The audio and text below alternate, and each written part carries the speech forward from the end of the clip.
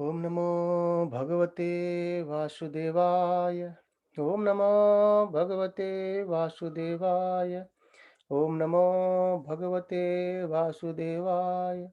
Narayanam Namaskritya Naram Chaiva Narottamam Devim Saraswatim Vyasam Tato Jayamudire नष्टप्रायेषु अभद्रेषु नित्यं भागवत सेवया भगवते उत्तम श्लोके भक्तिर्भवति नैष्ठिकी कृष्णाय वासुदेवाय देवकी नंदनाय च नन्दगोपाकुमाराय गोविन्दाय नमो नमः नमः पंकजनाभाय नमः पंकजमालिने नमः पंकजनेत्राय नमस्ते पंकजांग्रहे ओम ज्ञानतिमिरान्धस्य ज्ञानाञ्जनशलाकया चक्षुरुन्मिलितं येन तस्मै श्रीगुरुवे नमः श्रीचैतन्यमनोभीष्टं स्थापितं येन भूतले स्वयं रूप कदा मह्यं ददाति स्वपदान्तिकं नमो विष्णुपादाय कृष्णपृष्ठाय भूतले श्रीमते भक्तिवेदान्तस्वामिन् इति नामिने नमस्ते सरस्वती देवे गौरवाणी प्रचारिणे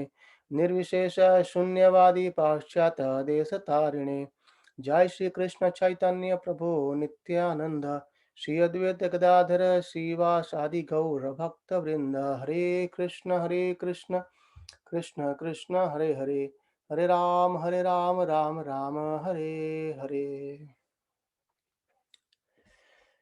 Hare Krishna, dear devotees. So I welcome you all once again, and welcome to Shashwatji. I think he has joined for the first time. So as we have been revising our Bhagavatam chapter by chapter, canto by canto now. So today we'll be discussing canto 7 and canto 8. So let me share the slides and we can continue from there. Okay.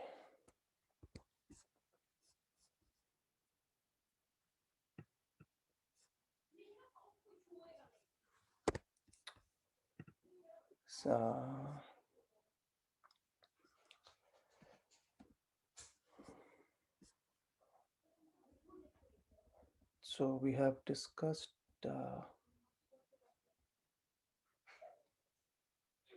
yes, so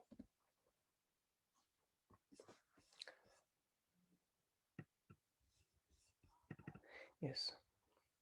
So we'll discuss today 7 and 8, isn't it? Right. So I think we have discussed till 6 yesterday. No.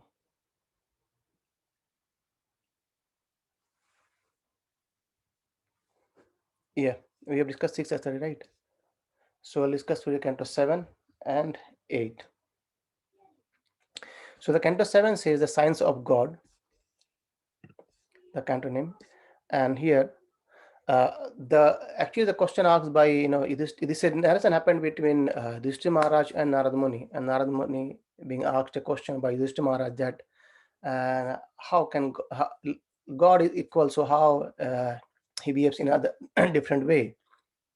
So to quote this answer, Aditi Maharaj narrates a story, and Sukadeva Goswami narrates the story of Prahalada Maharaj and all in this chapter, in this canto. So Lord is actually not biased. If you see, every living entity is getting sunlight, every living entity is getting moonlight, every living entity is breathing. So these all are energy of Lord, and Lord is not partial. If it is devotee, yes. However, when it comes to the devotee, we understand that no, Lord Krishna somehow or other helps, but he's not partial. It's equal to every living entity. So what happens in this chapter? Sukadeva Goswami narrates about this, the pastimes of Lord Narsimhadeva's appearance and killing Hiranyakasipu. So, as we have seen earlier, like Hiranyakashipu was being killed by Lord Bharadeva, and once Hiranyakashipu being killed, Hiranyakashipu was actually very angry, and he desired to kill Vishnu. So he wanted to make a plan to go to austerity to please Lord Brahma and to get a boon from him, so that he becomes Amar, he becomes immortal, and he kills. So before going to austerity, this demon Hiranyakashipu actually has given a nice philosophical talk to uh, to the family members, right? He says, that this body has to live, so don't worry for that, and we don't have to lament for these things, it happens. And then he went to austerity, and it was a quite severe austerity he's performed. And by seeing austerity, the only his bones were left. The bones were by the breathing of this life air, the bones were only left, nothing else was there. And all being, could not recognize where he is. But the whole universe are actually getting heat from this tapasya of Hiranyakashipu. So Lord Brahma came there, being pleased by Hiranyakashipu, and said, by throwing the water from his kamandalu, Hiranyakashipu got his body back, as it was. And then he said that, no, I want to become immortal. Basically, then Lord Brahma says, even I'm not immortal, how can I give you? However, Hiranyakashipu tweaked Lord Brahma, not tweaked, basically he made a kind of condition that no one could able to kill me anyway. And he tries it all his permutation and combination, so that no one can kill him. And then we have seen how uh, in between when Hiranyakashipu went for austerity, uh, Indra, he attacked his kingdom, and he was actually killing everyone. And then he wanted to kill Kayadu. He arrested Kayadu actually, and he was not killed Kayadu. He says, in the womb there is a son, so let him give the birth to the son, and then I will kill that as well. And the time Narada Muni appeared and said, this son actually is a very great devotee of Lord, so you should not kill him. And then Narad Muni, he kept Kayadu in his custody, and he was with him in ashram, and every day he used to speak Bhagavad Katha, Bhagavatam to Kayadu. Actually, Kayadu used to get sleep, and Lord Prahalada Maharaj being in this womb, he was actually hearing the talk of Bhagavad, discussion of Lord Hari, and he could remember everything. And hence, when Hiranyakashipu came back, Kayadu gave birth to Prahalada Maharaj, and then in the 5 years of time, Prahalada Maharaj went to his schools, Sanda Amarka. They started teaching him about this, envious and duplicity, other things. But Prahalada Maharaj was completely absorbed in Krishna consciousness, and once he came back from his school, and Hiranyakashipu asked that, "Now, what have you learned? Tell me." And he rightly spoke about Lord Hari, that and everything is at the service of Lord Hari. And then Hiranyakashipu became more angry onto these, the teachers. And then again they went back, but still Prahalada Maharaj was actually giving Krishna consciousness to everyone. And then this Tanda and Amarka, they get bewildered, and they asked, from where have you heard these things? We are not teaching you about Vishnu or Krishna. But then again, in the school time, in the break time, Prahalada Maharaj is to teach, or is to instruct all these, his friends in that age, saying that, the real motive of life is to go back to Godhead, not to play with this all the steps. And we'll read out couple of prayers and instructions from Prahalada Maharaj. That's So Prahalada Maharaj says, even to Hiranyakashipu, that this makes Hiranyakashipu more angry. He says, uh, "O best of the Suras, king of the demons, as far as I have learned from my spiritual master," that is basically Narada Muni, but Hiranyakashipu thought he's learning from Sandanamarka. He says, "I have learned from my spiritual master that any person who has accepted a temporary body and temporary household life is certainly embarrassed by anxiety, and because of having fallen in the dark well where there is no water but only suffering. And one should give up this position and go to the forest. More clearly, one should go to Vrindavan, where only Krishna consciousness is prevalent and should thus take shelter of the Supreme Personality of Godhead.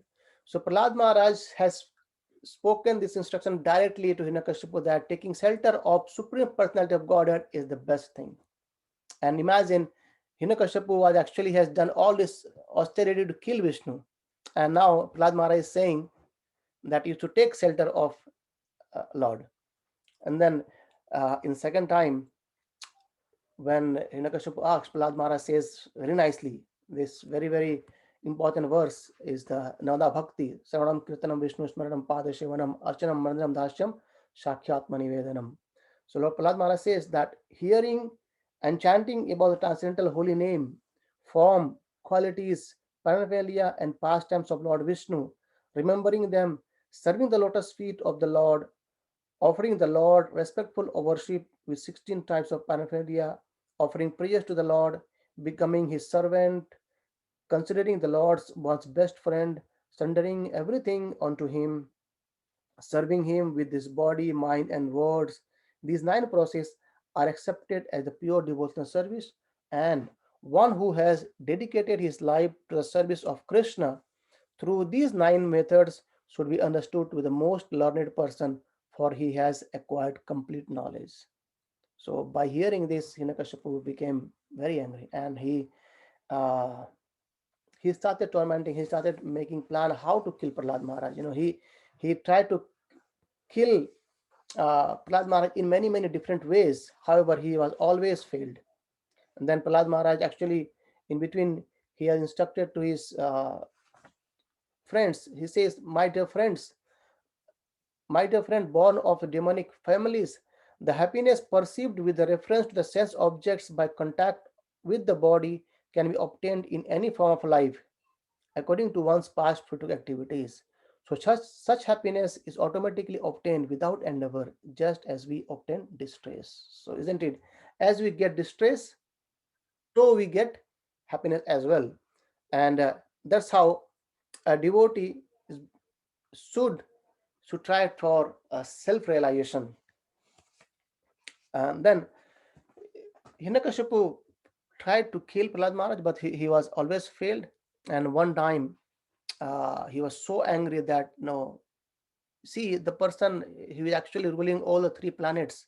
However, the small boy, 5 years old, his own son, he seems to be going against of him, but he was actually directing him the correct thing, isn't it? But anyway, Hiranyakashipu uh, asked him, "Does your God in this pillar?" And to prove Prahlad Maharaj's words, Lord Narsimhadev appeared there. Lord Narsimhadev appears, and from this pillar, and then there's a great fight happened between Lord and Lord Narsimhadev and Hiranyakashipu. As we discussed earlier, these are actually Jai Vijay, and Lord wanted to have a Veera Rasha. He wanted to enjoy this Veera Rasha. So the fight happened. Fight happened for a long time, and in the evening before the dawn, Lord took Hiranyakashipu onto his lap, and without any weapons, he killed with his nail. So once Lord Narsimhadeva killed Hiranyakashipu, after that, Prahlad Maharaj was being glorified. Prahlad Maharaj, as we discussed yesterday as well, Prahlad Maharaj was actually being sent to by all the devatas, because after killing Hiranyakashipu, always the veins and the blood and everything, and furious Narsimhadev, even the devatas, they would fear to go and pacify Lord Narsimhadev, and they asked Mother Lakshmi. Mother Lakshmi denied as well, and Prahlad Maharaj went there very easily, and he offers his prayers to Lord Narsimhadev. He says, "O my Lord Narsimhadev, O Supreme, because of the bodily conception of life, embodied souls neglected and not cared for by you, you cannot do anything for their betterment." I repeat, my Lord Narsimhadev, O Supreme, because of a bodily conception of life, embodied souls neglected and not cared for by you cannot do anything for their betterment. Whatever remedies they accept although perhaps temporarily beneficial, are certainly impermanent. For example, a father and a mother cannot protect their child, a physician and medicine cannot relieve a suffering patient, and a boat on the ocean cannot protect a drowning man. And then he prays to Lord Narsimhadev. He says, in this way, my Lord, you appear in various incarnations as a human being, an animal, a great sun, a demigod, a fish, or a tortoise, thus maintaining the entire creation in different planetary systems and killing the demonic principles. So, according to the age, O my Lord, you protect the principles of religion. In the age of Kali, however, you do not assert yourself as Supreme Personality of Godhead, and therefore you are known as Three Yuga, or the Lord who appears in three yugas. And then basically, Prahlad Maharaj, he prays to Lord Narsimhadev. Lord Narsimhadev embraces Prahlad Maharaj, and we discussed a couple of days back. From that, Lord Narsimhadev wanted to have parents, so he came uh, as a Lord Rama and other things. So even the Prahlad Maharaj, though he was born in the demon family, but still he was the most exalted devotee of Lord. And then Narada Muni explains about the Varnashrama Dharma, this human society, or this household life. They actually are meant to elevate ourselves, right? Somehow or other, by engaging in deity worship, by engaging in chanting the holy name, by taking care of family, one should not just only engage in these things, but also he should try to go higher in a path of self-realization. And there is one point.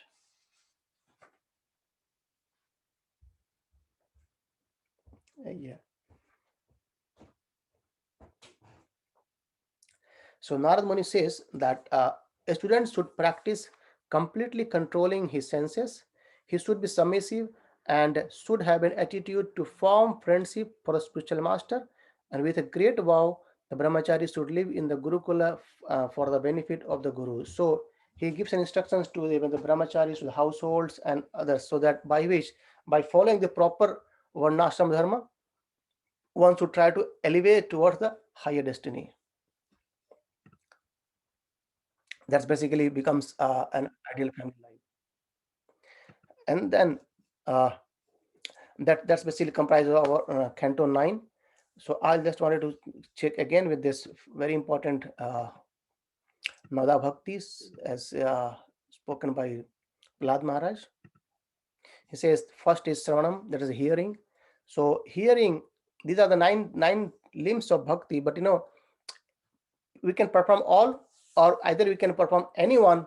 That becomes the essence. But the important point comes with the chanting holy name, hearing Sravanam Kirtan. These two are the basic, first and second.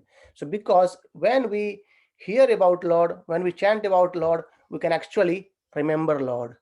And when we can remember Lord, you would have more attitude towards serving the lotus feet of Lord.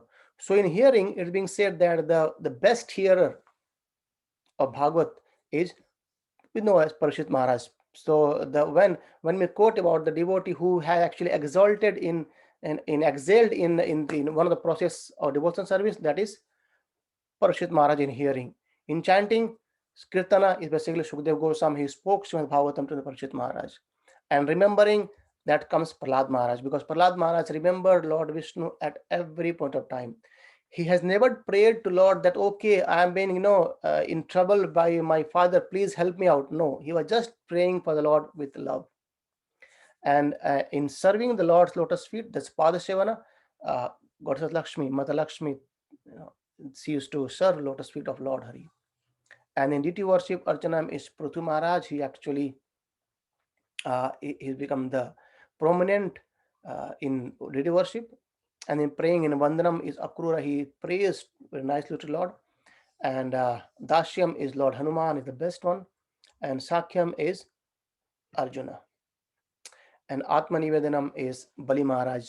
I think we'll see in next chapter, next canto, that how Bali Maharaj becomes completely surrendered to Lord Hari. And it's being described that this, Ambrish Maharaj, if I'm not wrong, Ambrish Maharaj actually he has cultivated these all nine within him, right? So that's how chapter 7, canto 7 completes it. And then canto 8, it says the signs of God.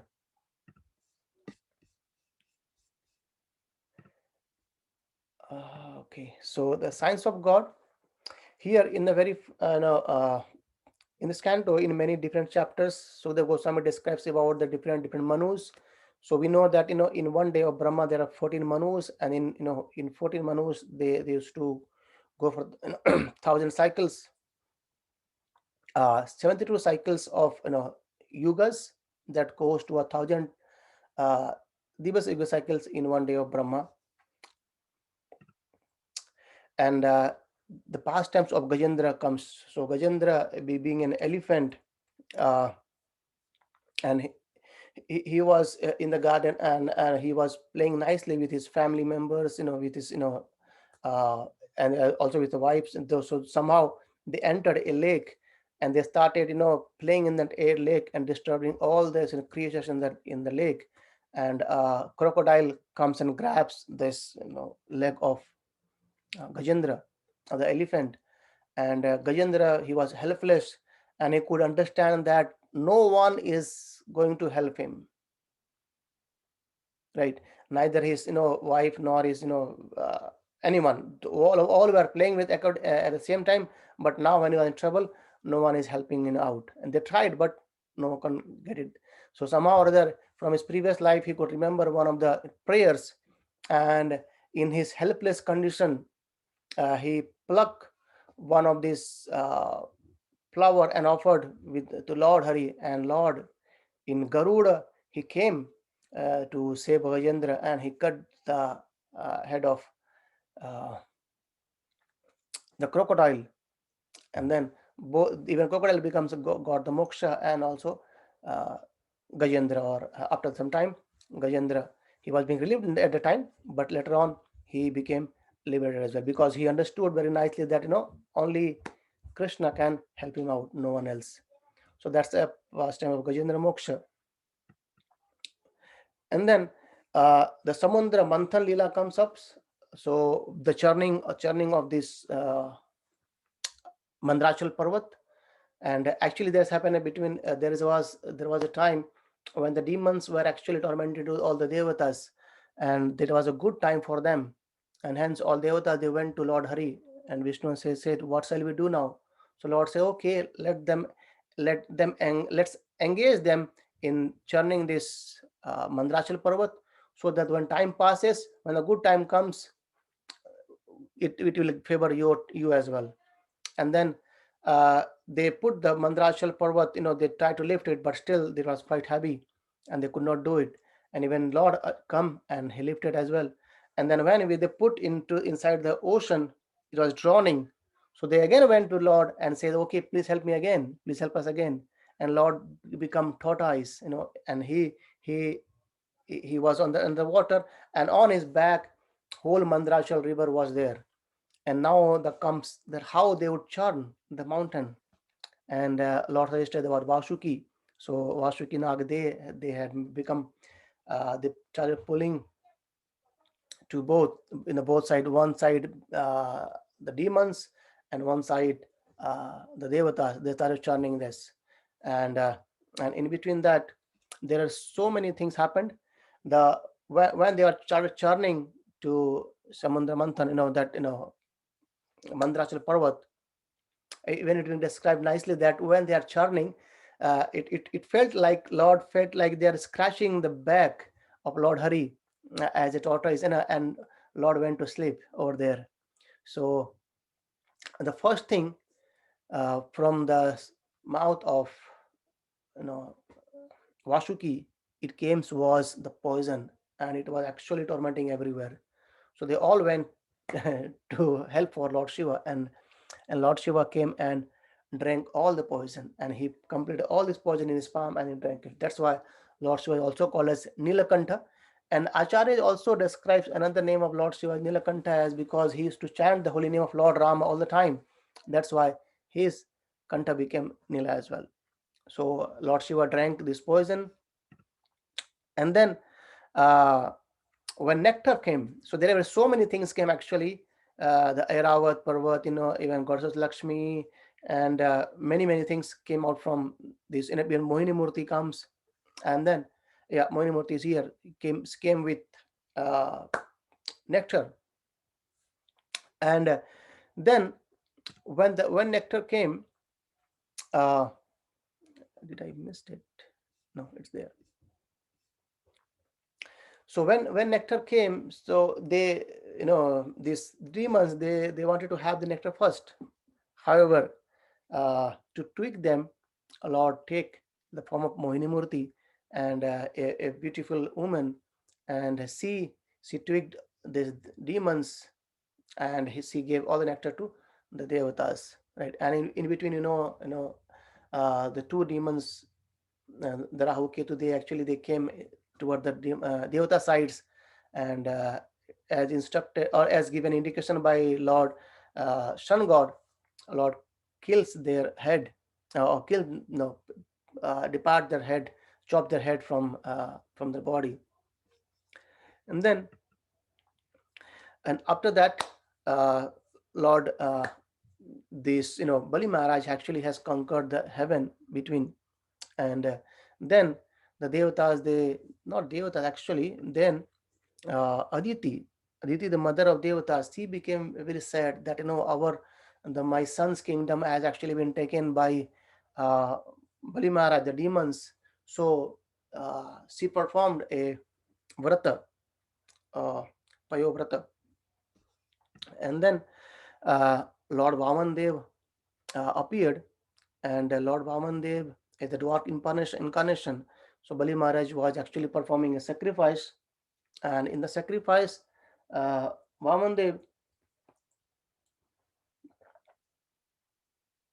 he went there, and he he begged, as in a rituals, though Bali Maharaj could understand him, but as he was king at the time, and he wanted, okay, you can ask whatever you want, and we know very well that Vamandev, he want just 3 steps of food, 3 steps of land.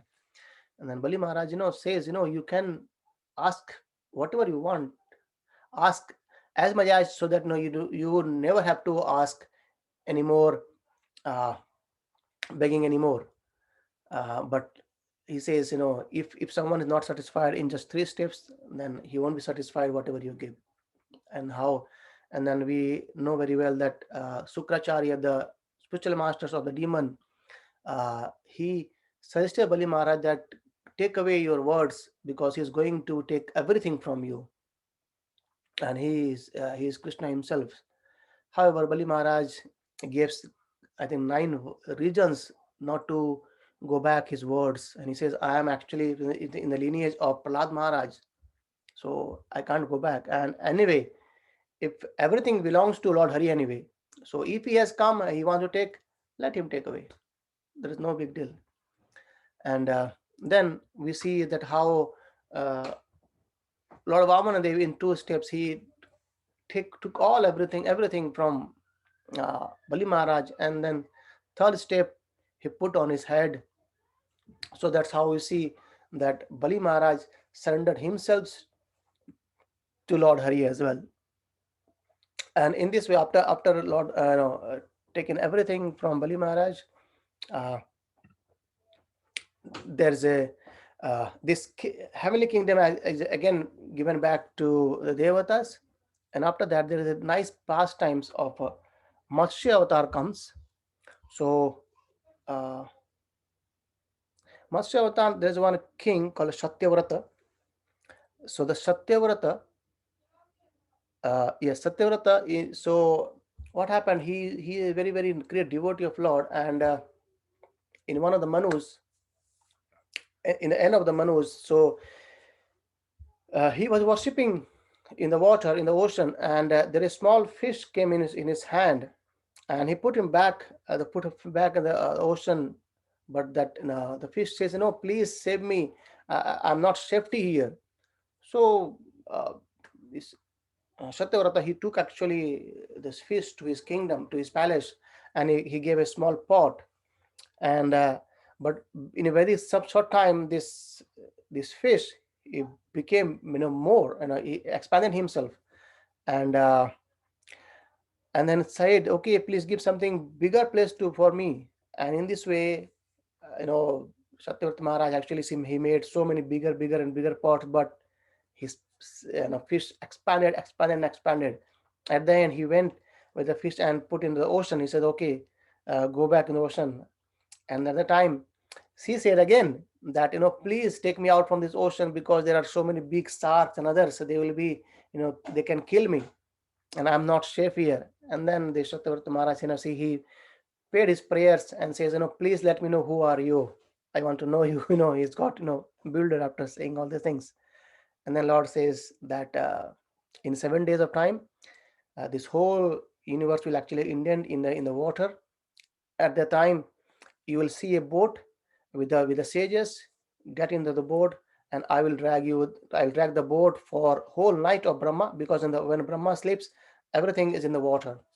So till the time, I'll drag this boat. And that's how in next time, in next millennium comes, when the next day comes, he becomes another Manu, or Vivaswan Manu, if I'm not wrong. So that's how we have completed Canto 7 and Canto 8 in a very, very brief manner. Anyone have any questions, thoughts, or anyone want to share something from our last discussion? Please, all welcome. Hare Krishna, Prabhu. Hare Krishna. Prabhu, all these avatars, they actually follow like this Matsya avatar. It comes in Canto 8, but isn't Matsya avatar the second avatar or something? Yeah. So basically, it's not in a kind of sequential way over there, right? It's not the sequence. And again, there are so many incarnation comes in between as well. So sure. So all these. Yes, go ahead. So Bhagavatam explains about 22 incarnation, but if you see, there are unlimited incarnation of Lord Hari. And even it's, if there are different unlimited universes, and right now also somewhere Krishna would be doing something, some pastimes are going on. Even now also some pastimes are going on. So might not be in the sequence comes over there. So is there any sort of logic behind all these cantos and the way they have been designed? Basically it's a conversation between Parikshit Maharaj and Sukadeva Goswami as for the question being asked. So Parikshit Maharaj Sukadeva Goswami started answering to them. So before this last chapter of this canto, Parikshit Maharaj, he said, okay, you have described about Vamanadeva, you described about tortoise, Kurma avatar, because Lord Krishna became as tortoise, and Samudra Manthana happened. I wanted to hear about Matsya avatar. So then Sukadeva Goswami narrates about the Matsya avatar as well. So as for the conversation happening between Vidura and Maitri Muni, the talks are coming. As the conversation happening between Narada Muni and Lord Brahma, something came. As discussion happened between Yudhishthira Maharaj, and so Yudhishthira Maharaj asked a question that how Lord is equal to everyone. So the question comes, the pastimes comes up, Prahalada Maharaj and Narsimhadeva.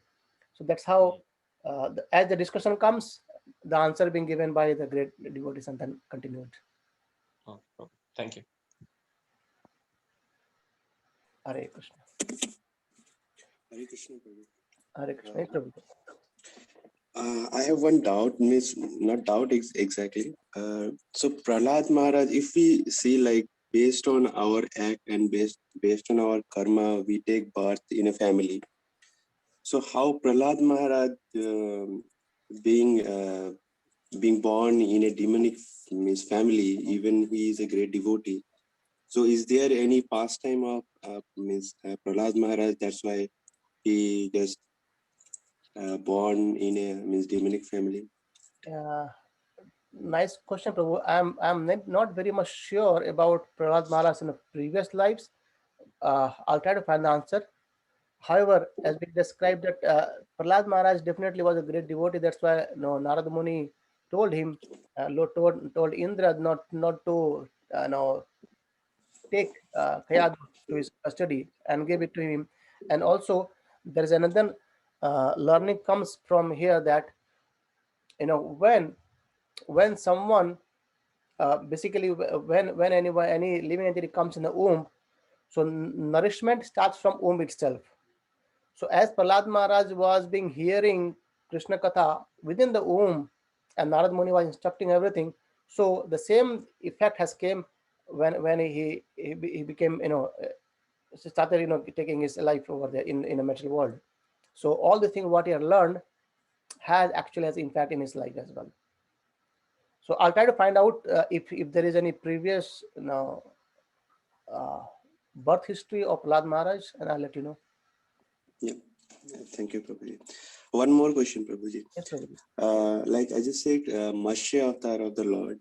So is it like as you said, like the whole night of Brahma means Matsya, the Lord means pull the boat for the whole night of means Brahma. Is it really required? Like God can do anything. Like for the next life, He can take the new Manu.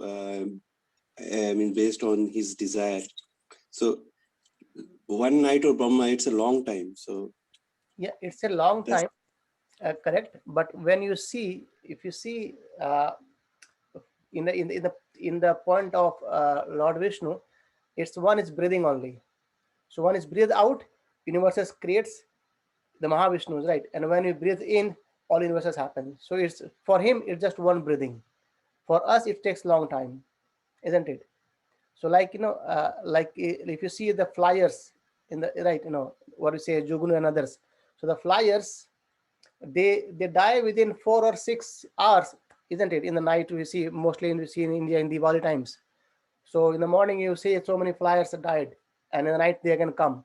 So their lifespan is just 4 to 6 hours. And if someone says them that there's a human being living inside the house here, just another lighthouse, and that person lives for a longer and longer and longer age compared to us, so they might get bewildered. But for human mind, okay, it's the same, isn't it? So that's how it's so for Lord is again this one breathing. For us it becomes a huge long time. Broad Brahma's is being described as 411.3 trillion years kind of thing. yeah, Prabhu. But in the boat, it was a Manu, right? For him, it's a long time. Yes. So anyway, the boat, because everything has been in the water, so Lord was just taking care of this boat for the whole one night of Lord Brahma. Yeah, that's correct. Yes, Prabhu. Yeah, thank you, Prabhu. Hare Krishna. Hare Krishna. Okay, so we'll have a very good weekend coming up, and we'll see on Monday. We'll continue from our canto number 9, and possibly can try 10 as well. Thank you, everyone. Raj Srimad Bhagavatam ki jai. Jai, Shri Jai. Prabhupada ki jai. Jai, Jai. Koti Vaishnava Vrinda ki Jai. Hare Krishna. Hare Krishna. Hare Krishna. Hare Krishna.